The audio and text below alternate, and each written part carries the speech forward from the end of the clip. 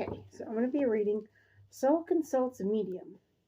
Now it happened in those days that the Philistines gathered their armies together for war, to fight with Israel. And Achish said to David, "You assuredly know that you will go out with me to battle, you and your men." So David said to Achish, "Surely you know what your servant can do." And Achish said to David, "Therefore I will make you one of my chief guardians forever." Now Samuel had died, and all Israel had lamented for him, and buried him in Ramah in his own city. I like that, in his own city. And Saul had put the mediums and the spiritists out of the land. Then the Philistines gathered together and came and encamped at Shunem. So Saul gathered all Israel together, and they encamped at Gilboa. When Saul saw the army of the Philistines, he was afraid, and his heart trembled greatly. And when Saul inquired of the Lord did not answer him, either by dreams, or by Urim, or by the prophets. Then Saul said to his servants, "Find me a woman who is a medium, that I may go to her and inquire of her." And his servants said to him, "In fact, there is a woman who is a medium at Endor." So Saul disguised himself and put on other clothes, and he went. And 2 men with him, they came to the woman by night, and he said, "Please conduct a seance for me, and bring up for me the one I shall name to you." Then the woman said to him, "Look, you know what Saul has done, how he has cut off the mediums and the spirits from the land. Why then do you lay a snare for my life to cause me to die?" And Saul swore to her by the Lord, saying, "As the Lord lives, no punishment shall come upon you for this thing." Then the woman said, "Whom shall I bring up for you?" And he said, "Bring up Samuel for me."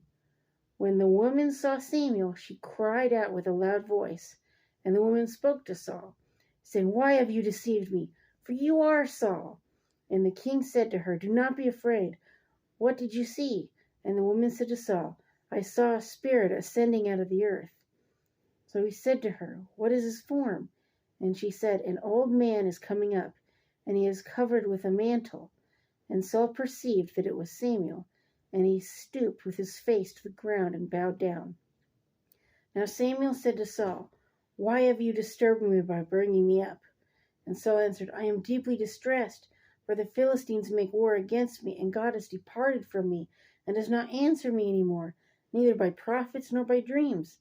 Therefore I have called you, that you may reveal to me what I should do." And Samuel said, "So why do you ask me, seeing the Lord has departed from you and has become your enemy?" So he's like, "Why am I going to help you when God won't even help you?" "And the Lord has done for himself as he spoke by me. For the Lord has torn the kingdom out of your hand and given it to your neighbor David. Because you did not obey the voice of the Lord, nor execute his fierce wrath upon Amalek, therefore the Lord has done this thing to you in this day. Moreover, the Lord will also deliver Israel with you into the hand of the Philistines, and tomorrow your sons will be with me. You and your sons will be with me.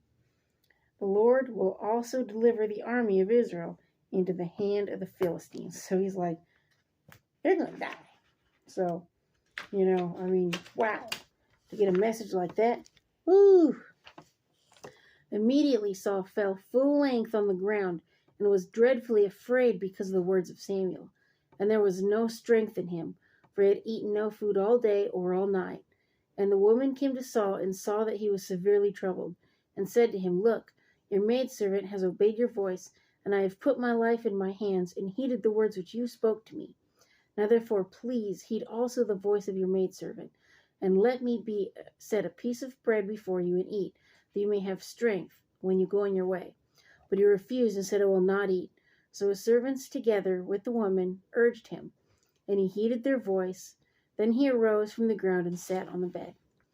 Now the woman had a fattened calf in the house, and she hastened to kill it. And she took flour and kneaded it, and baked unleavened bread from it. So she brought it before Saul and his servants, and they ate. And they rose and went away that night. So, can you imagine getting news like that? Like, "Oh, yeah, by the way, you're going to die. That's going to be the end of you." I mean, wow. So, that's that. So, yep. Anyway. Peace, everybody. And